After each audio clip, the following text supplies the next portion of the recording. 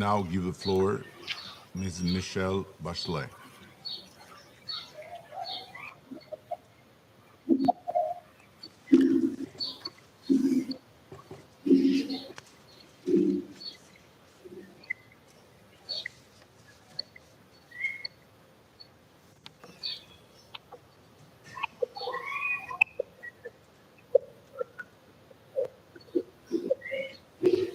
Sorry? It's okay. Okay. Distinguished President, Excellencies, I want to thank Albania for organizing this important open debate on accountability and justice. Impunity fuels and intensifies many of the crises currently on this Council's agenda. This emboldens perpetrators, silences victims, and undermines prospects for peace, human rights, and development. Our collective experience has shown that justice and accountability are fundamental to the pursuit of peace and security. So I am encouraged by the international community's growing resolve to fight impunity through the United Nations system and beyond, including through a renewed focus on both state and individual responsibility for serious violations of international law. In this context, I'm privileged to sit on this panel with the President of the International Court of Justice, an institution central to the common objective of upholding the rule of law at the international level. UN intergovernmental organs have taken significant steps to advance accountability, often with a specific focus on fostering individual criminal responsibility for international crimes. This Council's creation of UNITAD to enhance criminal accountability for crimes of Daesh, ISIL, Daesh accompanies the General Assembly and Human Rights Council, establishing independent investigative mechanism to do likewise for Syria and Myanmar. And through further action of the Human Rights Council, there are currently no fewer than 12 specific human rights mechanisms active addressing various forms of accountability. Today, I wish to highlight 3 ways in which my office is contributing to efforts to strengthen accountability and justice for serious violations of international law. First, the UN Human Rights Council has stepped up its response to serious human rights violations that may also amount to international crimes. This includes creating mechanisms with mandates to establish facts and in circumstances of violations to collect, consolidate, preserve, and analyze information and evidence, to identify those responsible, and to make recommendations towards future accountability. My office is continually strengthening its support to such mandates, which we see as key contributors to justice and rule of law, including through accelerating and streamlining the operationalization of mandates. The work of these mechanisms have been used by international courts addressing both state and individual criminal responsibility, as well as national prosecutors and judges pursuing international crimes, including under principles of universal and extraterritorial jurisdiction.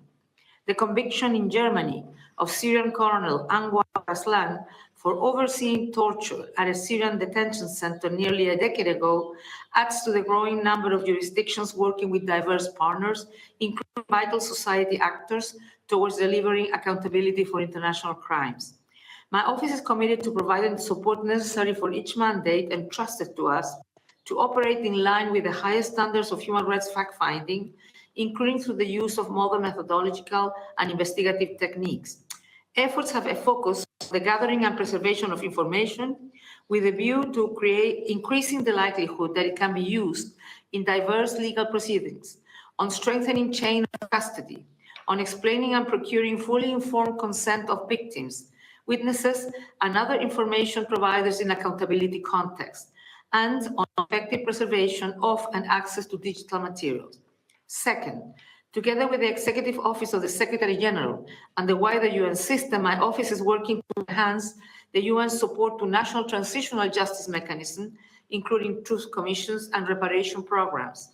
An important element emerging from this work is the need to tailor transitional justice initiatives to address adequately and comprehensively respond to underlying patterns and root causes of violations. Our work indicates that for justice responses to be truly effective, they must be people-centered and gender-sensitive, seeking, respecting, and acknowledging the views of victims. This means, in particular, promoting the meaningful involvement of both victims, marginalized communities, and emphasizing their access to remedies and reparation, including rehabilitation with particular focus on mental health and psychosocial support. It also means supporting national stakeholders, including civil society actors, to identify innovative, pragmatic, and context-specific justice solutions to achieve tangible differences in people's lives. Third, my office has been strengthening the focus on gender sensitivity in all phases of justice and accountability processes. In particular, we have developed specific guidance for integrating gender investigations and in analysis of the root causes of violence and abuse, as well as on gender-sensitive reparations, including specifically for victims of sexual and gender-based violence. In this regard, it is vital to involve women and girls, along with other victims and beneficiaries, meaningfully in justice and accountability efforts as leaders and agents of change. Excellencies, one of the aims of this open debate is to work towards a global strategy to enhance the role of the international community to hold states and others accountable for serious violations of international law.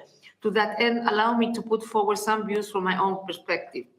First, enhancing the normative and constitutional framework will further strengthen the legal basis for accountability and justice efforts, upon which national and international accountability actors can build their proceedings. The adoption of a convention on the prevention and punishment of crimes against humanity would, in my view, fill a significant gap in the current international framework and facilitate international cooperation in this area.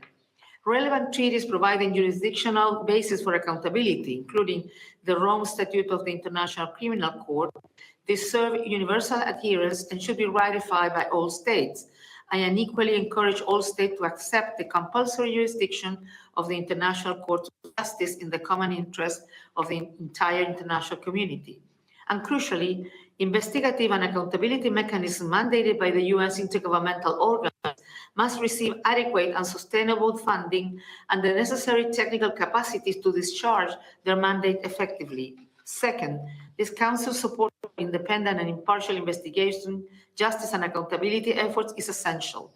In that regard, I encourage further reflection on how the Security Council, drawing on the full breadth of its mandate and legal power, can systematically and consistently support appropriate justice and accountability measures.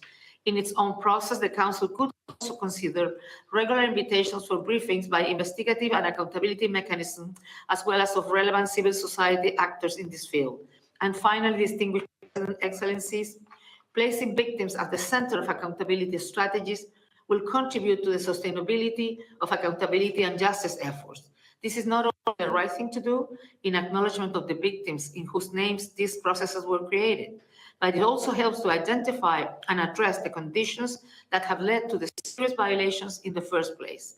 And most importantly, this means providing the space for the full participation of victims and affected communities in all their diversity to ensure that their voices are heard, including, wherever possible, in this Council itself. I thank you for your attention. Thank you, Ms. Bachelet. I now give the floor to Mr. Dapo Ankande.